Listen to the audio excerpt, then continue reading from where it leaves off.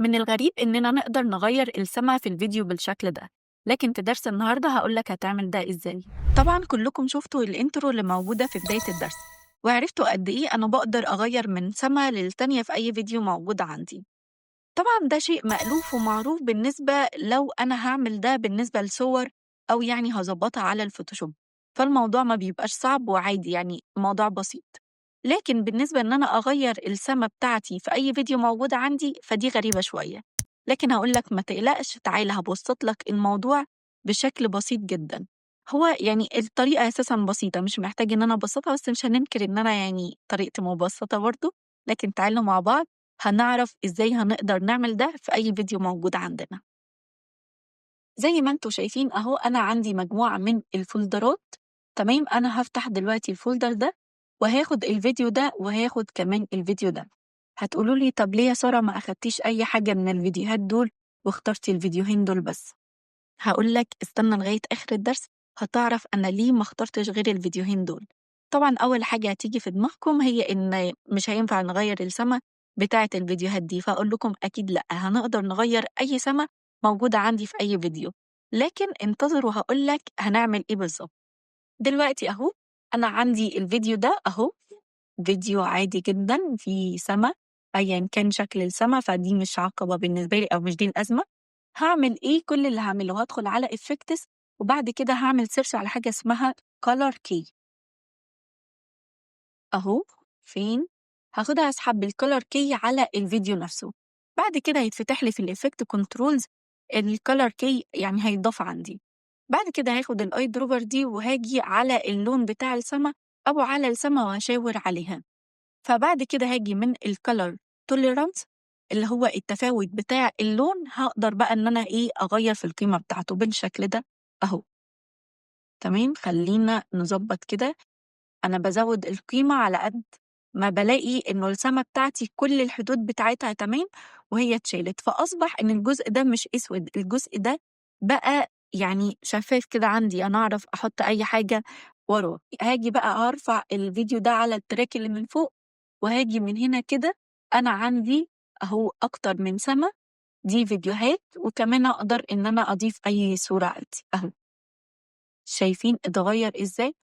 طبعًا في حدود هنا لونها أسود، فعلشان الفيديو نفسه مش 1920 في 1080، فأهو زوّدت الscale فتمام يعني أهو.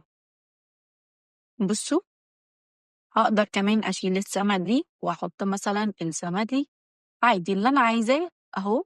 سوري، أهو، تعالوا كده. ما فيش أي حاجة تدل إن أنا غيّرت السما إطلاقًا أهو.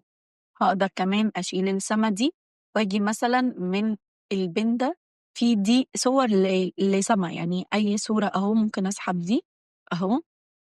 طبعًا هاجي هنا من الscale وهازوّد عادي جدًا، وبقى عندي أهو السما بالشكل ده، ومع حركة الفيديو هاحس إن السما نفسها برضه بتتحرك أهو، عادي جدًا.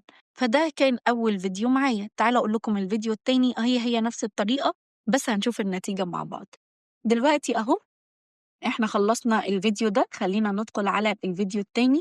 هاجي من effects وبرضه هاسحب عليه الcolor key بتاعي، وبعد كده تمام أهو ما اتضافش، فهنسحبه مرّة تانية أهو.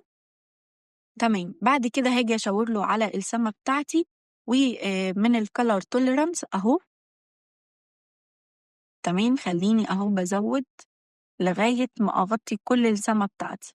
تمام، ما عنديش أي مشاكل. هاجي أرفع الفيديو ده على التراك اللي من فوق برضه، وبعد كده مثلًا أهو أنا مثلًا عاجباني السما دي هاخدها أحطها هنا، بس كده.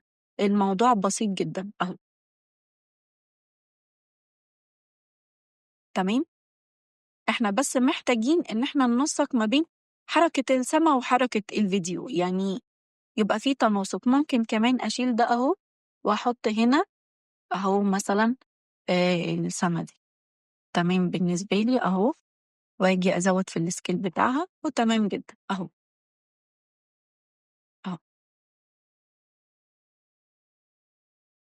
فبجد شكله حلو جدًا، وحتى لو حطيت صورة للسما مش بس فيديو، فمع حركة الفيديو نفسه بيدّيني الإيحاء إن السما نفسها بتتحرك.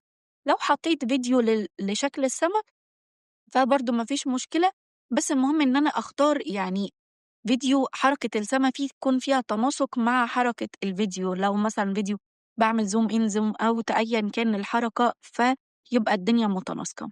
بس فدي كانت الفيديوهات بتاعتي اللي أنا حابة أشتغل عليها وأغيّر ليها سما. طب الفيديوهات التانية طب ما فيها سما برضه، هاعرف أغيّر ده إزاي؟ هاقول لك أهو.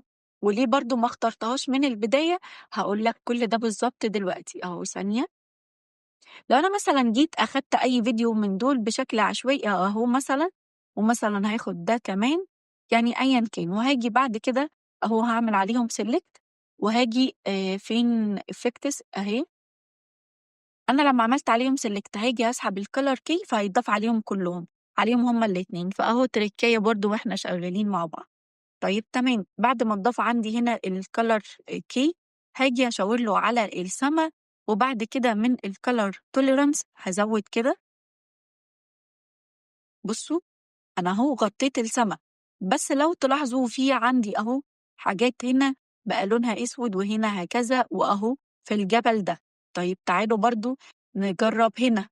اتضاف عندي برضه أهو، لو جيت سحبت كده وغيّرت أهو في القيمة بتاعتي علشان أغطي كل السما، شايفين الحاجات دي أهو. أنا عايزة أخلّي كل السما بتاعتي باللون يخلّيها جزء شفاف كده.